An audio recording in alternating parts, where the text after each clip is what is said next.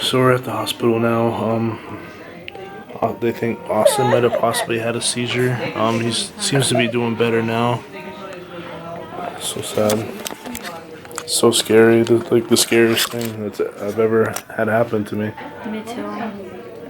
It makes me want to cry still. Freaking out, yeah. Right now is not the time, but we'll explain later what happened. And it was terrifying. We just had probably the most dramatic experience of our entire lives. It was awful. Well, we started off. Austin had a fever today and last night.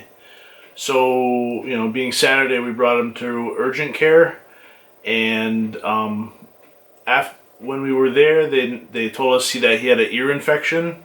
So they gave us some medicine. They sent us on our way. Said he didn't have a fever at that time because he was on.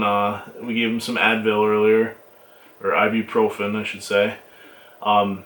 So we left there, and he was in good spirits. He was running around. He was so happy and just himself. He was normal. Yeah. We waited around for the prescription to be filled. Chris went into the store to pick up the prescription while I was waiting in the car with Austin. Just hanging out with him and watching his favorite shows on my phone. And he was fine. He was happy. But I did notice a little change in him. I did notice he was breathing hard. But his nose was stuffed up, so I was, didn't think twice of it. I'm like, oh, well, because of his nose being stuffed, he probably is not breathing correctly. So right then, Chris came, and at this time, I was in the back seat with him.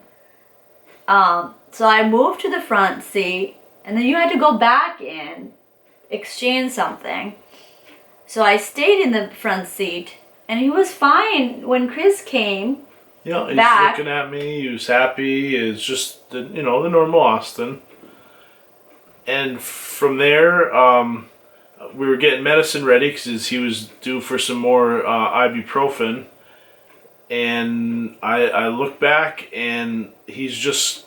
I thought he was staring at the iPhone that we had set up so he could watch, but then he kind of looked off to the side. And I thought that was kind of odd. I mean, and you noticed his breathing was funny, so I was looking at him and I said, Austin, and there was no response. And I noticed he wasn't even looking at the screen at all. He was just kind of looking off into nowhere. So I shook his leg. I started shaking his arm. Nima got out of the car. She ran back there. And he was just unresponsive, just looking out the window. It started to drool, and he was started drooling a little bit, and started drooling more and more, and then it happened on the other side, and then he's just started spitting everywhere. It was just neither one of us knew what was going on. He was just off in the middle of nowhere, and his breathing was getting less and less. He was breathing heavy, and she freaked out. She grabbed the phone. She called 911. We were right by the hospital, about 3 minutes away, so we decided not to wait for the ambulance because we're so close. It was it is so hard to make that decision because we didn't know what to do, and we weren't thinking right at this moment. All we want to do is help him, and it's just 2 minutes or even a second is so long when in this kind of situation. It's I felt like we were doing absolutely nothing. We couldn't.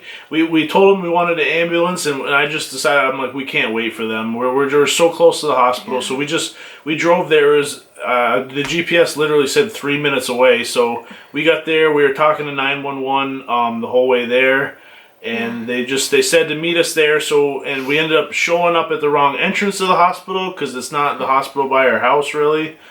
Yeah, we never really been there, so it's like new hospital to us. We had no idea. We pulled up in the front, hopped out, grabbed Austin, carried him inside. There was no receptionist. So we were wandering the halls trying to find someone. That we finally found a nurse that showed us to where the emergency exit was, because it's it's a Saturday and no one's there. And that's why we went to urgent care in the first place. Yeah. So we're at the emergency room at the hospital, finally, and they, It was filled with people. Literally, they were so busy. Yeah, by this time, I mean, Austin's crying, but he's more responsive. Yeah. He started to look us in the eye. His breathing was better, but it felt like forever. It was only a 3-minute trip, and we were there, but it felt like 100 minutes. It was just the saddest thing. It was, he's so innocent, and he's just so like helpless, and I felt helpless because there's nothing we could do. But so we finally got in, and and the receptionist thought that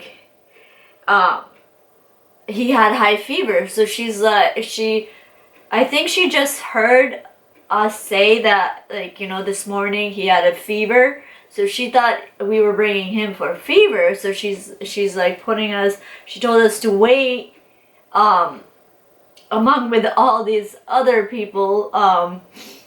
But then I told her, I'm like, well, he was not talking, he was not responding, he was just out of it, and he was spitting everywhere and drooling out of his mouth, and then she realized that it was seizure. Yeah, so the nurse knew right away that she said it was a febrile seizure, which I guess they say is pretty common in toddlers when they have a fever. Well, not common, but not rare.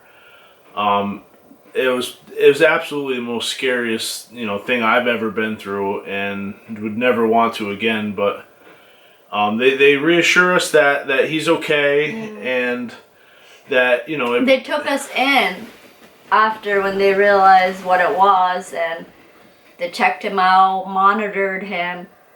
He puked a lot. Yeah, when they brought him straight into the reception triage, they call it, I guess. Okay.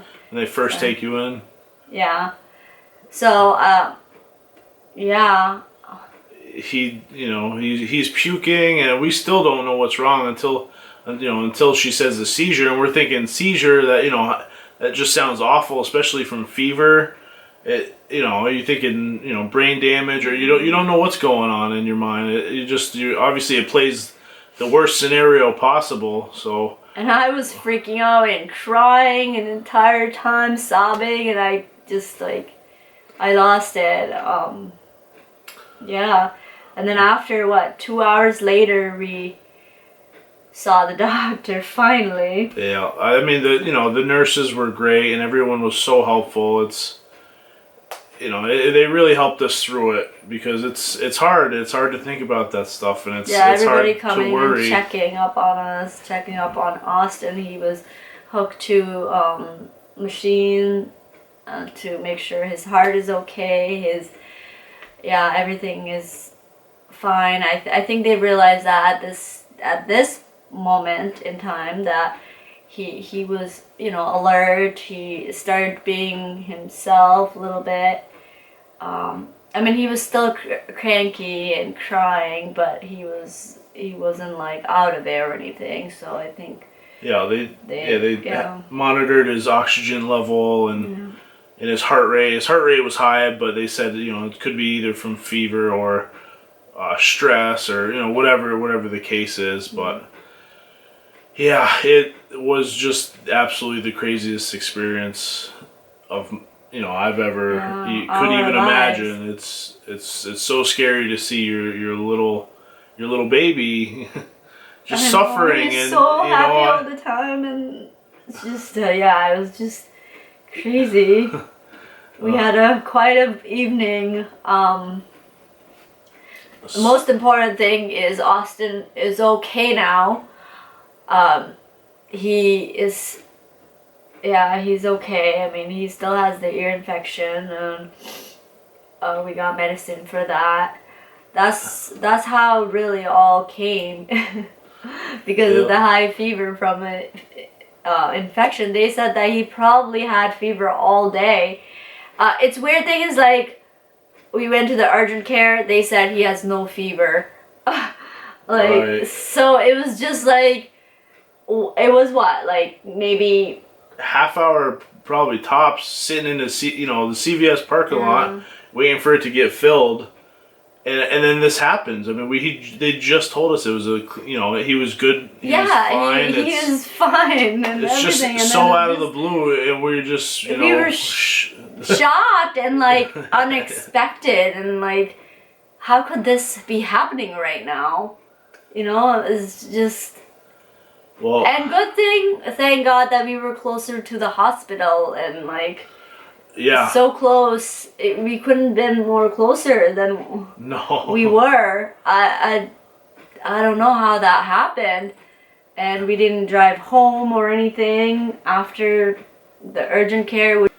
I'm just, I'm so glad too because, we're half an hour away. Yeah. It could have happened on the highway when we were driving home. We're kind of lucky that the pharmacy at our house didn't have enough medicine to give us. That's why we did it, in that town. And that is also interesting that happened to us. Like, who would have thought that, ironically, that our pharmacy that we get it from, they did not have, like, they were out of the full dose. So we decided that we'll just, since we are at this particular town, we'll just have this town's pharmacy. Just get it there. So. Yeah, we're grateful how everything happened and that we were close and that we could make it and that nothing more serious went on because it felt like like the whole world was crashing down and I couldn't type on my phone for direction. I couldn't do anything. I just got in the car and drove to the hospital. That's all I could do is just get him to help as fast as we could, and I'm glad we were able to because I'll tell you, it's scary if you've never been through anything like that. There's something about when you get injured and you freak out. It's one thing, but to see one of your children get injured, it's 10 times worse.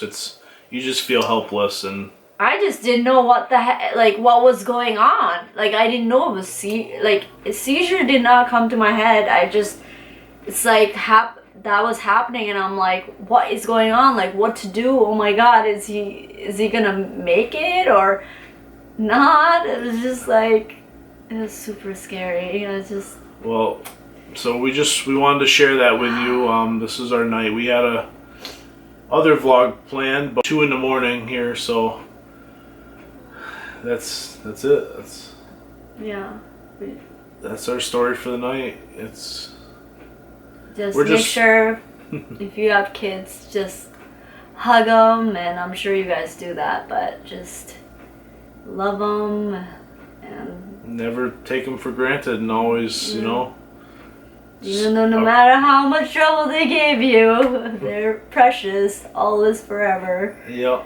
I don't think I'm gonna leave Austin by himself, or not that I ever do, but I'm just not gonna even get him out of my sight at all. I'll just hold him, hug him. That's all the time now. Not that I never did that. I'm always on his face, but I'm just gonna give him extra love. Now we just need a crowbar to get him apart. That little boy, he's sleeping now, finally. Yes. I mean, he was falling asleep at the hospital too around 9, and we weren't sure if he should or not, so we kept him awake. He's exhausted. And I don't know if you know how hard it is to keep a toddler in a hospital bed for 3 hours. That's right. Yeah, especially when he started feeling better after hour and a half, 2 hours when he was back to normal and trying to jump around. Just climbing on the bed. But we are so relieved that he's okay. healthy, happy, and everything went well. Nothing worse. And thank you guys for watching our video.